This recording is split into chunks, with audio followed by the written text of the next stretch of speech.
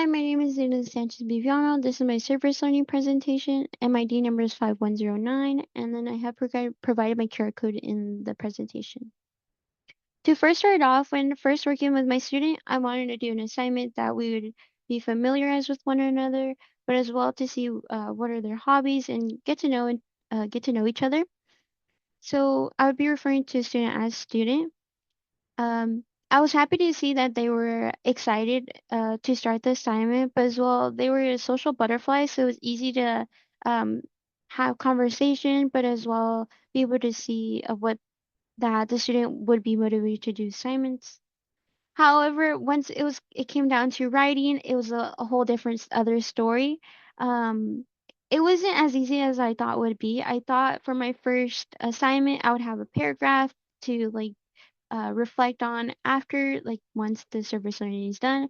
However, I saw that the student had hesitation to write and they did not have motivation to do the assignment. So when it came down to it, I was a little stumped on how I should motivate the student, but as well as direct them.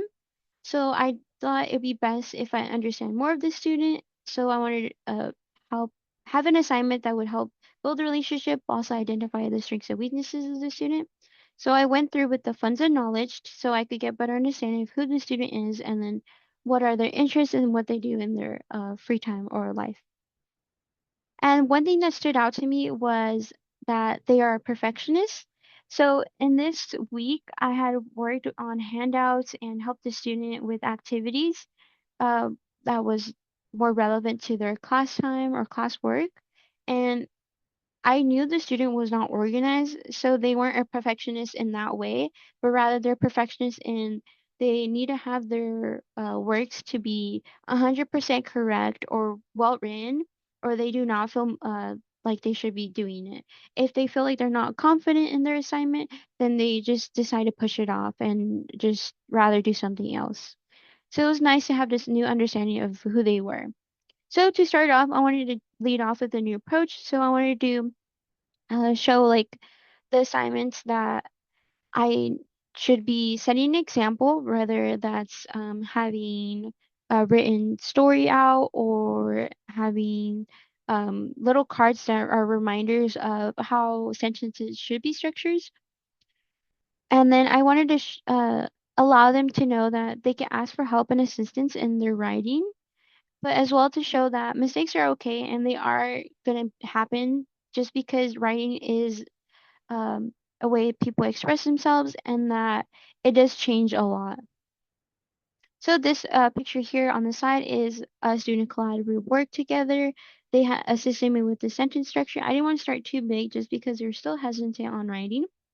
So a week passed by. I did see more progress from the student in their own classwork. So I wanted to show um, and do a bigger assignment so they can uh, feel more confident in their writing.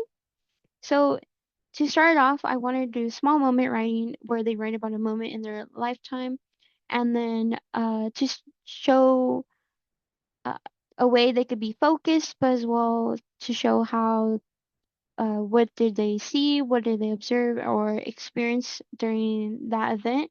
I'd ask them to draw a drawing just so we know what specific moment we're talking about.